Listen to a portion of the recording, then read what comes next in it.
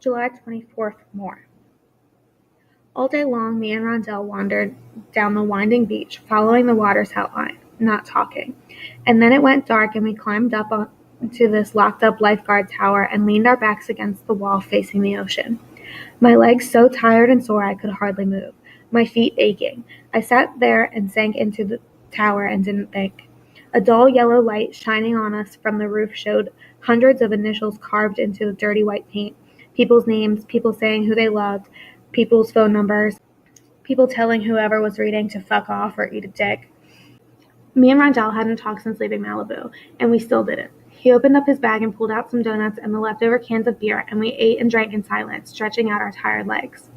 I wrote in my journal for a while, pretending last night and this morning were just scenes in a book, not real life, not what was actually happening to me, and then I put it away. We watched the dark ocean like it was TV. After a while, I caught sight of this lonely little fishing boat way out there and tried to decide who could be on it. Maybe some old dude fishing late night with no family, a grizzly beard and yellow rain boots as he pulled up a net full of tuna or salmon or whatever.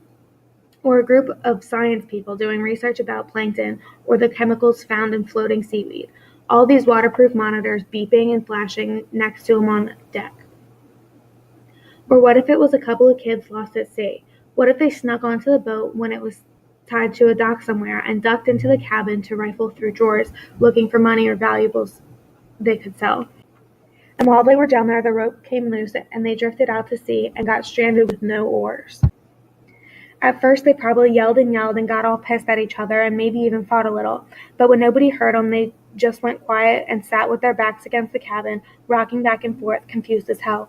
Now they're just floating around out there, lost at sea, stranded, eating scraps of food and drinking warm beer and not talking, thinking their own thoughts about what next and how to keep alive, imagining the first thing they'd do if they could wake up and shit was magically back to normal.